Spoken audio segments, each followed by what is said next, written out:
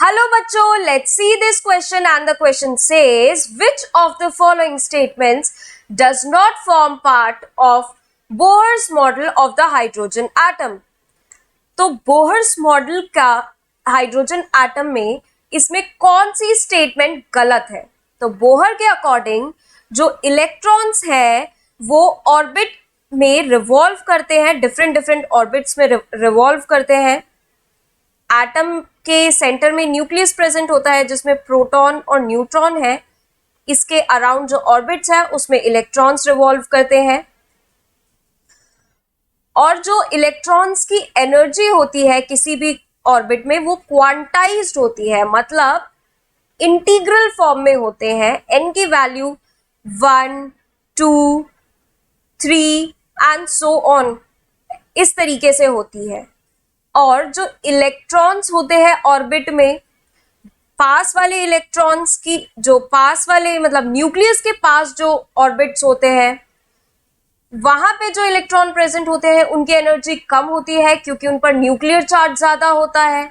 जैसे जैसे वो दूर जाते जाते हैं न्यूक्लियर पुल कम होता जाता है, तो दूर जाते जाते एनर्जी इंक्रीज होती जाती है। तो चलिए ऑप्शंस चेक करते हैं। First option, energy of the electron in the orbit is quantized। yes, ये स्टेटमेंट सेटिस्फाई करती है बोहर्स मॉडल को। सेकेंड ऑप्शन देखते हैं, the electron in the orbit nearest the nucleus has the lowest energy। ये भी सही है सेकेंड ऑप्शन की, जो इलेक्ट्रॉन न्यूक्लियस के पास वाले ऑर्बिट में होंगे उनकी एनर्जी कम होगी। थर्ड ऑप्शन पे चलते हैं, electron revolve in different orbits around the nucleus. ये भी ठीक है कि जो इलेक्ट्रॉन्स है वो डिफरेंट ऑर्बिट्स में न्यूक्लियस के अराउंड रिवॉल्व करते हैं। Option number 4, the position and velocity of the electrons in the orbit can not be determined simultaneously.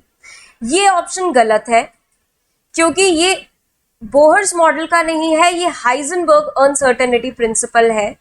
Heisenberg uncertainty principal होती है कि जिसमें पोजीशन और मोमेंटम हम साइमल्टेनियसली फाइंड आउट नहीं कर सकते हैं। मोमेंटम को हम लिख सकते हैं m into V, delta M V. तो ये हाइजेनबर्ग अनसर्टेनिटी प्रिंसिपल है ऑप्शन 4, बोहर मॉडल का स्टेटमेंट नहीं है। तो हमारा करेक्ट ऑप्शन है ऑप्शन नंबर 4, क्योंकि हमसे पूछा गया है following statement does not form the part of Bohr's model। I hope all of you understand very well. Thank you and best of luck.